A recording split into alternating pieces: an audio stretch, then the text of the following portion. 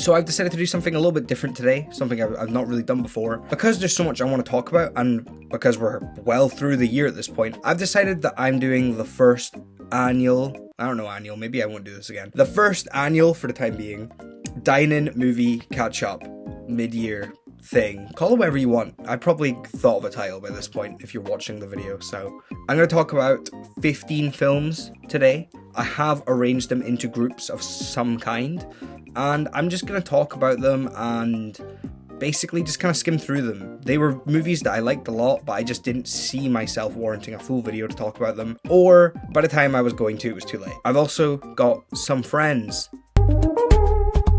in this video that will be taking the wheel at times to talk about some of the films that they liked and maybe didn't like. So yeah, I've got help from some of my friends. I would play that Beatles song, but this video will get flagged immediately. So I've kind of split all the films I want to talk about into 4 different categories. The first category, we have the kind of big ones, the ones that everyone was speaking about at certain points in time. Section 2, we just have A24 films because they released a lot this year and the quality fluctuates. Next, I have the small little underdogs, the ones that you might not have even heard of. And finally, we have some absolute stinkers of the year, just genuinely stuff that I saw in cinema that I thought was god-awful. So, without further ado, welcome to whatever the fuck I end up calling this.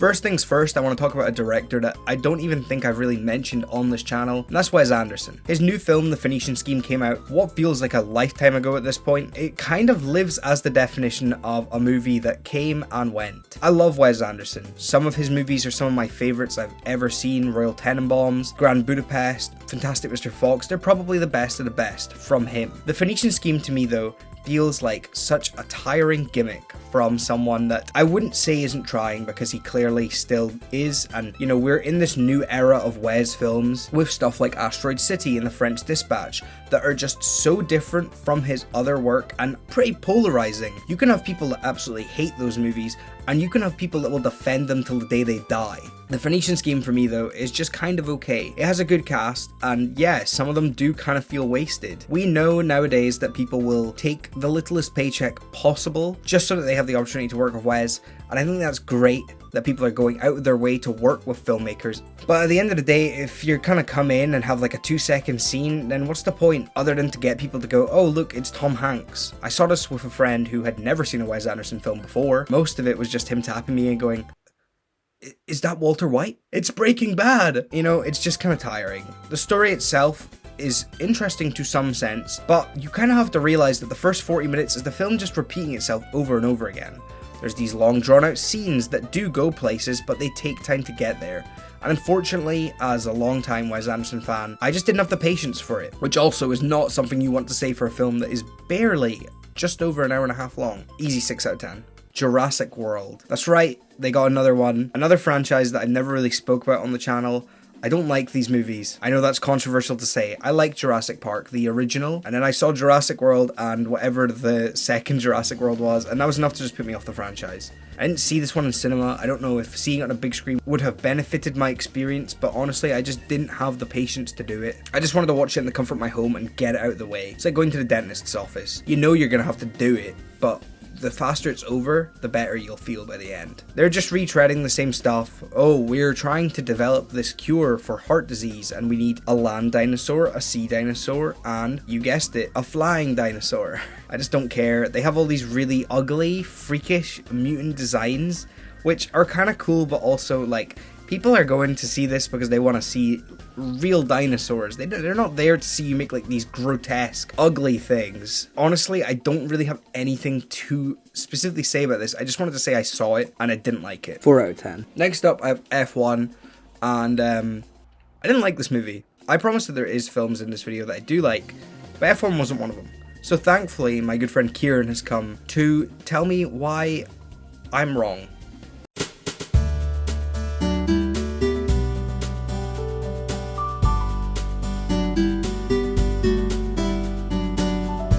I do think we need to start by addressing the elephant in the room. F1 the movie is essentially one long advert for Formula One itself, made by one of the biggest corporations in the world. My personal knowledge of the sport doesn't extend beyond a handful of episodes of Drive to Survive, and I can comfortably say that it had me hooked. I think Joseph Kosinski manages to channel what was so great about Top Gun Maverick into F1 and occasionally eclipses it with, in my opinion, a greater adrenaline per minute ratio. I think it's everything that big budget Hollywood filmmaking should be, with cars going fast and just looking absolutely incredible whilst doing so. Brad Pitt himself embraces his inner Sonny Hayes by showing us that, you know, he can still hang with the biggest names in action cinema and he could do this for 10 more years. All the while, the supporting performances are excellent, in particular Tobias Menzies and the always fantastic Kerry Condon. I think if you're looking for summer movies, F1 and Joseph Kosinski should be the benchmark that filmmakers use in the future when trying to recreate the magic of summer movies gone by.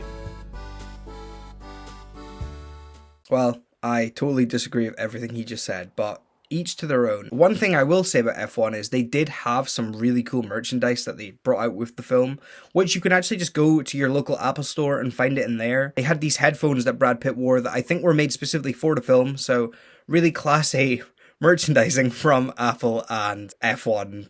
Whatever, it's just a commercial. That brings us to the second part of the video, the A24 section. I'm now wondering if I have more films on this list that I don't like than I do. Materialists is Celine Song's follow-up to her masterpiece, Past Lives. I loved Past Lives. It was like a really heartbreaking gut punch. Materialist tells the story of Dakota Johnson's character, whose name I don't remember. She works at a company that sets people up on dates so they can have their happily ever after, and then, she bumps into sexy, rich Pedro Pascal. But who would have guessed it? She bumps into her ex as well. It's Chris Evans. Some tomfoolery begins. Will she, won't she? Who's she gonna end up with? For me, Materialists does not work on the same level of Past Lives whatsoever. I also realised I probably should have put all three Pedro Pascal films I was going to talk about together in this, but this one's segregated for some reason. Maybe because it's the one I like the least. It just kind of felt like a very generic rom-com, which, lo and behold, I think all of us have seen one too many rom-coms in our lives. There's more than enough. We don't need more in this genre. That being said, it's not all doom and gloom. There's some great stuff with the production design, set pieces and costumes are really great. And of course, Pedro, Dakota and Chris give great performances. But I just have to say, your writing must be crazy if I'm rooting for Chris Evans. Materials for me is just not my type of thing. I'm sure there's people out there that will enjoy it, but for me, it just wasn't for me. 4 out of 10. Bring Her Back is the follow-up to the Filippo brothers' past film, Talk to Me. It has the one and only the GOAT in it, Sally Hawkins, and it's about a brother and sister who end up living with a foster mother who has also got this really freaky child living there. One of the children is visually impaired, and Sally Hawkins is up to some mischievous stuff. Bring Her Back takes a lot of the things that I didn't like about Talk to Me and brings them up a little bit, but it also takes a lot of stuff I didn't like about it and lowers the bar quite a little bit. I guess it goes without saying that the gore in this is really great.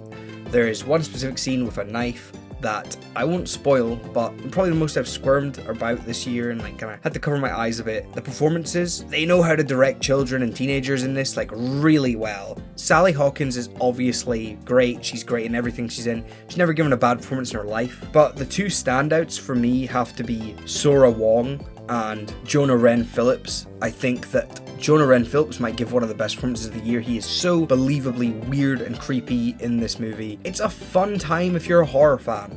I just think that the issue is there is a lot of pacing problems where sometimes stuff goes by really quickly and it's kind of blink and you miss it. There's issues with the development where stuff goes on for far too long and I realize we're not learning anything new, we're just treading previous ground. I will repeat the thing I said in my letterboxd review, which is, as much as I wasn't crazy about Bring Her Back, I still think it's a good time and you should go and see it if you're a horror fan or you just want to see something new. Even though this wasn't a film that I loved, it's still an original horror film that's kind of good. So I recommend checking this one out. 6 out of 10. Sorry Baby is the directorial debut of Ava Victor. It follows Agnes, a character that we are aware has had something really traumatic happen in her life. And as the film progresses, we learn what that event was and why it's affected her and fucked her up so much. However, the rest of the world has to continue on as it does in real life, and Agnes has to find a way to pick up the pieces, try and get on with everything in her life. I think that this is one of the most beautiful films I've seen all year. A24 are absolutely moronic. I say this as well while wearing an A24 hat. I think that they are stupid in their marketing and distribution places. If it wasn't for word of mouth and friends, I wouldn't have known that this movie even existed. They should be pushing stuff like this. This could easily be like an Oscar contender or an award season contender, but of course, they don't do anything with this. They haven't marketed any of their films this year really, apart from Bring Her Back had maybe a bit of a push in the UK, but that's it. You would not think that this is Ava Victor's first feature-length film, as the writing and direction is just so flawless. It's such a sharp script and the direction is very clear from the get-go. There's a scene in this with John Carroll Lynch, which might be my favourite scene of the year, and I have to give big props to Ava Victor again and Naomi Aki,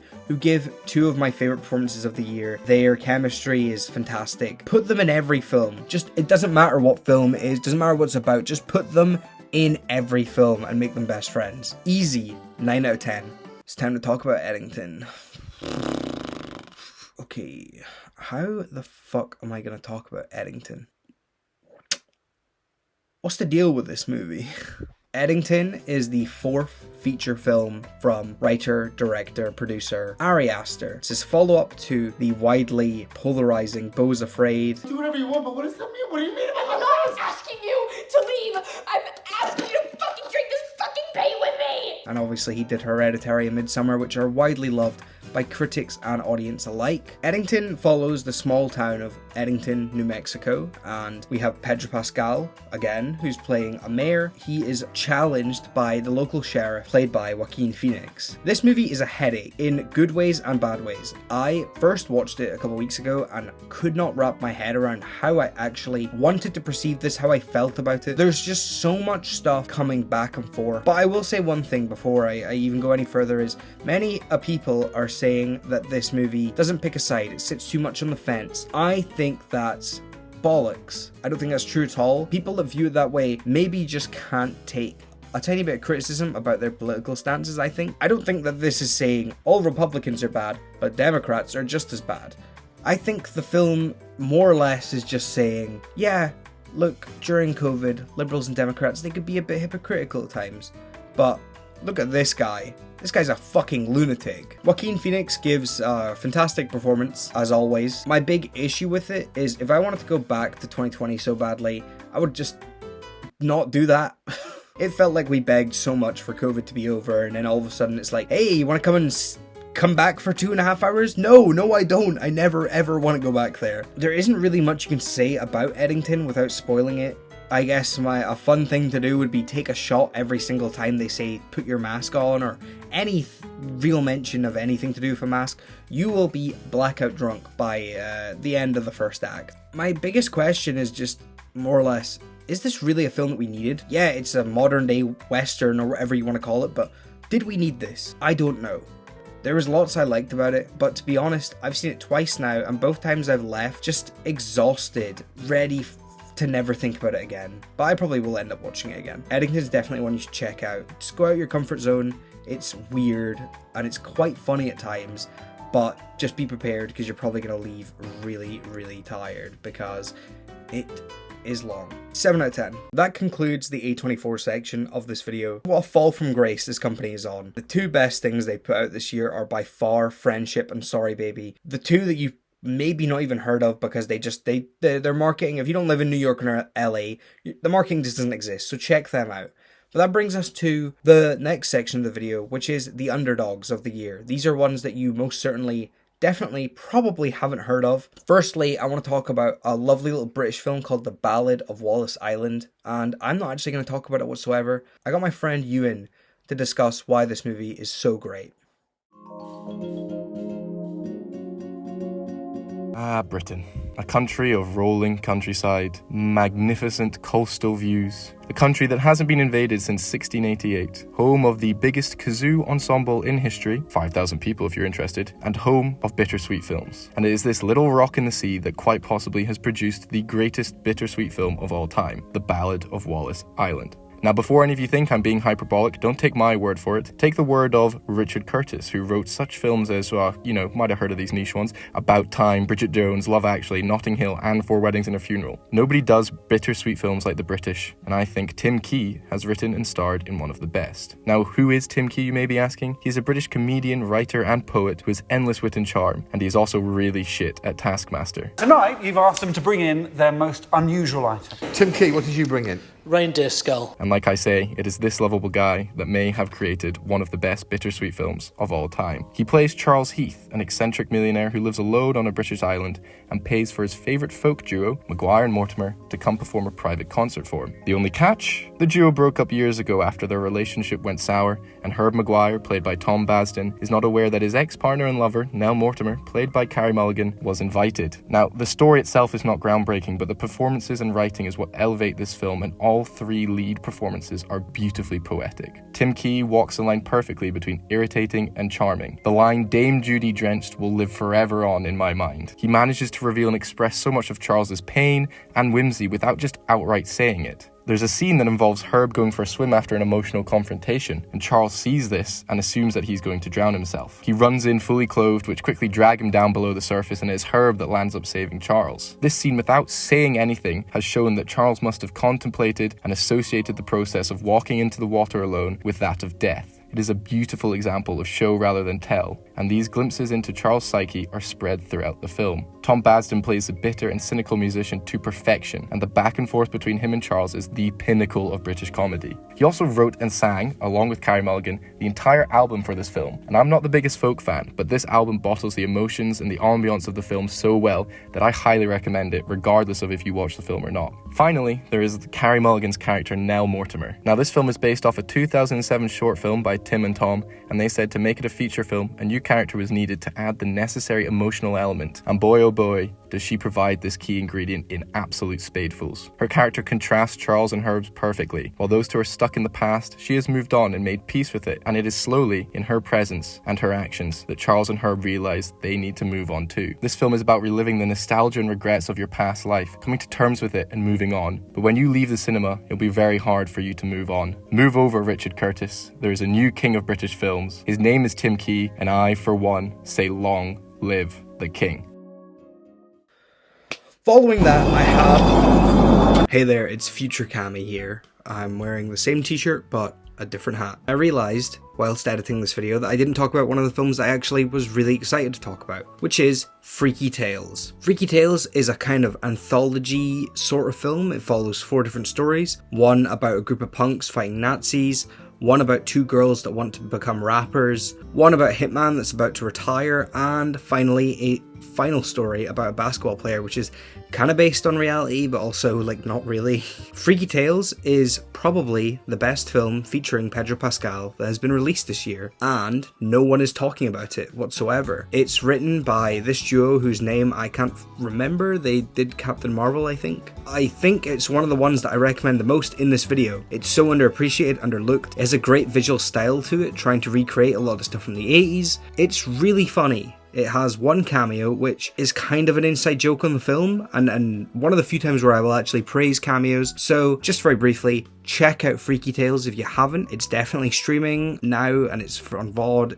It had like such a low-key release. I promise you it won't disappoint you. It's got some killer music in it as well. So, yeah, that's it for Future Cami. I'm going to go back into the void and finish the video you're currently watching. A movie that I'm so excited to talk about. This is The Day That the Earth Blew Up, a Looney Tunes movie. It's the first ever feature-length, fully animated Looney Tunes film, and it stars Daffy Duck and Porky Pig as they basically try and stop aliens from putting this bubble gum that mind controls people and destroys the planet. Oh, what a charming, sweet, fun film this is. The Looney Tunes, as you may have noticed in one of the videos I put out earlier in the year, are a group that means so much to me. I think that all Looney Tunes media is so hilarious, and I'm so chuffed that they're finally releasing Coyote vs. Acme. But this is one that you might not have heard of at all, because It came from a much smaller company called Ketchup Entertainment, who are also distributing Coyote, and honestly, as a lifelong Looney Tunes fan, this is just a reminder of why these characters are so special and why Warner Brothers need to be doing more with them. They're funny, they're wacky, they're loony, they're goofy, they're just hilarious. And the best part is they work for all demographics. I recommend this probably more than anything on the list, just out of sheer support for Ketchup Entertainment and for the Looney Tunes. People need to watch these so we can get more stuff like this. I do still have issues with it. Some of the pacing's a bit weird, and I don't know, maybe these characters don't translate all that well to having their full own hour-and-a-half long story about one thing. They work better in shorts, but it's still a good time despite some of the minor issues I have. 7 out of 10. Pavements is the newest documentary from writer and director Alex Ross Perry, and it follows the band Pavement, one of the most iconic bands from the 90s, as they go on a little reunion tour in the past few years. But it doesn't just follow that. We follow Pavement, the reunion tour, Pavement the museum, Pavement the movie, and of course, Pavement the musical. Pavement is a bizarre biopic, if you can even call it that. I don't know what I'd call it, but this is the furthest thing away. At points, it's even making fun of musical biopics for just how boring and formulaic they actually are. They are a band that I've liked for a good 10 or so years now, and seeing this weird, strange film trying to break down their history whilst also making fun of it at times, but also showcasing why the band's so important, why it was so influential, and why it's important for them to come back, because the music is timeless. Even the albums that didn't do entirely well are still great in reflection to this. The stuff with the movie is hilarious, as essentially it's just mocking biopics for bending the truth in all of these true stories. The musical actually has great music in it, obviously, it's fucking Pavement music, but it looks fun and fantastic, and it was a success, no wonder. And the museum is really just a time vortex back to when they were at their heyday, and it's crazy. I recommend Pavements a lot. It's currently on Mubi, although I don't know if you want to support Mubi right now. You should definitely check Pavements out, because it will be like no other biopic you'll ever see in your life. And this takes us to the final section of the video, which is the absolute lull stinkers. The worst of the worst. I know what you want from me. I know what you want to hear me talk about. It's been on Twitter for the past week. It's getting some of the worst reviews ever. People are just memeing it to death. So fine, I'll talk about one of the worst movies. Actually, I won't. I'll get my friend Sam to do it. Most of you probably haven't even seen this because it's that bad, but here you go.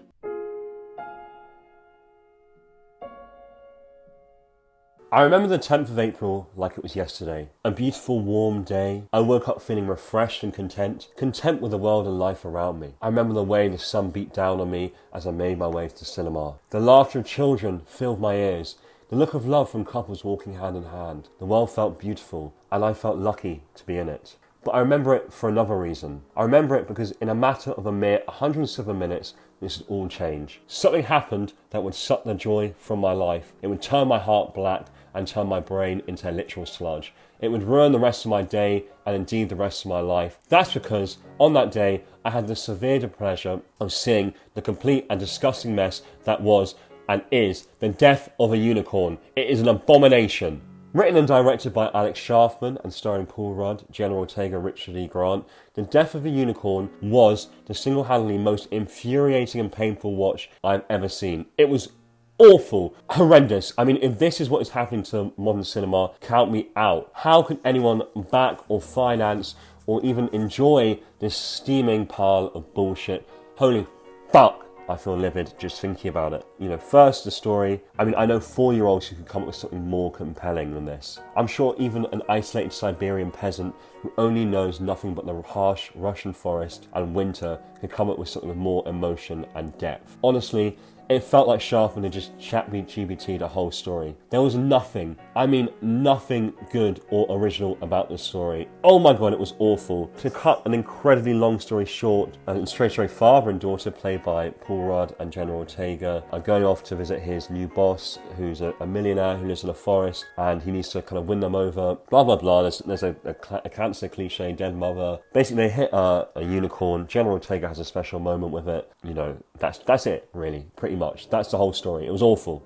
Horrendous. I can't even explain. The acting as well. Let's get on to the acting. I mean, I used to be a firm believer that Paul Rudd could do no wrong, but boy, was I wrong. He gave the most wooden performance ever, the likes of which I completely forgot about as I left the theatre. Him and Ortega played their parts of father and daughter with no connection. Honestly, it was as if they had never met before and they were afraid to be anywhere near each other. Ortega, though, gave a true masterpiece. She gave a performance that could really be topped by anyone. It felt like she was half awake for most of the film. It was abysmal. It was appalling. I don't know why she keeps getting cast in these things. She can't do it. She gave no fucks, none at all. You know, cinema is full of the greats, you know, Paul Newman, Robert Mitchum, Lauren Bacall. I'm pleased to say, though, that Ortega will never, ever reach the likes of them.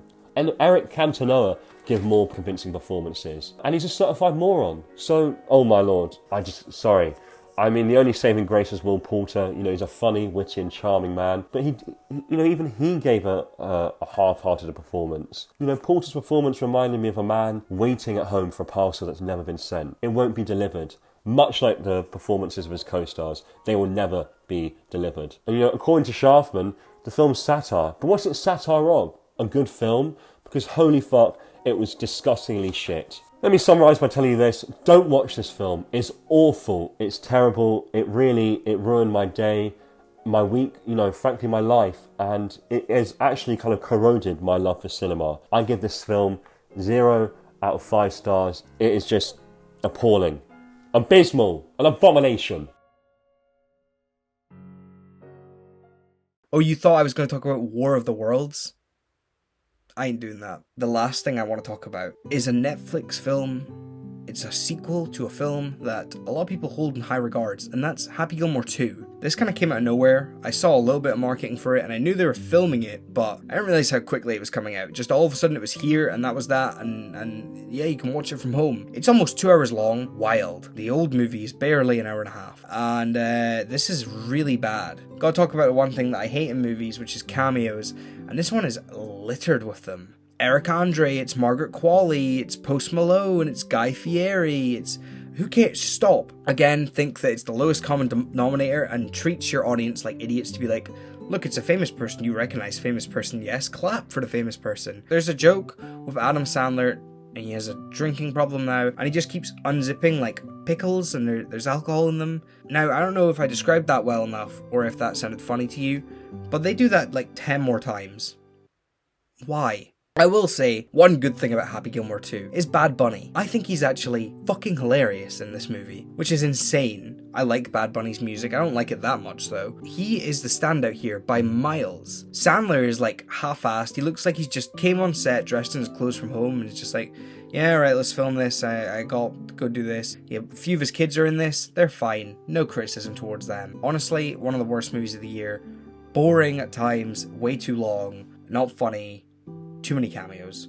I hope that you enjoyed this slightly different video from what I normally do on here, and you check out some of these movies. Some of them are fantastic, and some of them are Death of a Unicorn.